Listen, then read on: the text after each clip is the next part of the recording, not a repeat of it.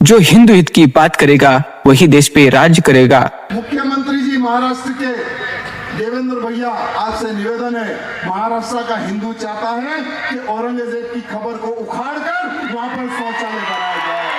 वो औरंगजेब की खबर मेरे महाराष्ट्र की धरती पे नहीं होने चाहिए। औरंग का नाम और निशान मिटाने के लिए आपको हिंदुओं ने वहां पर बिठाया है।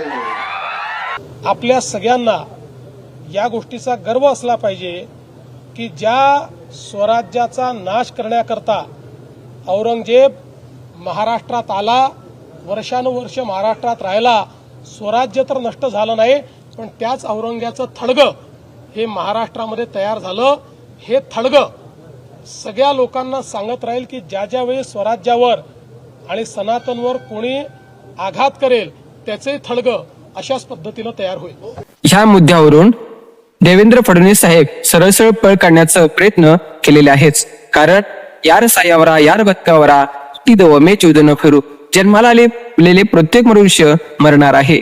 परंतु यांचं म्हणणं असं आहे की या स्वराज्याला नष्ट करण्यासाठी आलेला हा औरंगजेब मातीमोल झालेला आहे, परंतु स्वराज्याला नष्ट करू शकलेला नाही। त्यामुळं त्यांचं धडगं या महाराष्ट्रात असलं पाहिजे। परंतु आम्ही त्यांना सांगू इच्छितो आहे की माझ्या संभाजी महाराजांना त्यांनी 40 दिवस हळहळ करून मारलेले आहेत, त्या औरंग्यानं मारलेला आहे। जर त्या औरंग्याला माझ्या छत्रपती संभाजी महाराजांनी मारून या मातीमध्ये गाडलं असतं तर आम्ही उच्च स्वाभिमानाने जगलो असतो। परंतु त्यांनी फितुरकीनं माझ्या संभाजी महाराजांना पकडून हळहळ करून मारलेले आहेत, म्हणून त्यांना या महाराष्ट्रामध्ये जागा दिली नाही पाहिजे। कारण आज अनेक जिहाद्यांना एक प्रेरणादायी स्थान या औरंग्याचं धडगं ठरत आहे। अनेक जिहादी तिथे जाऊन माथा टेकत आहेत। तेवढेच नाही तर महाराष्ट्रातील अनेक सेक्युलर हिंदू सुद्धा जाऊन तिथे माथा टेकवत आहेत। म्हणून लवकरात लवकर काढून या महाराष्ट्राच्या बाहेर त्याचं धडगं फेकलं पाहिजे। जो हिंदू हित की बात करेगा वही देश पे राज करेगा।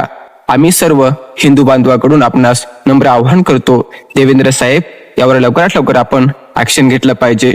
जय श्रीराम।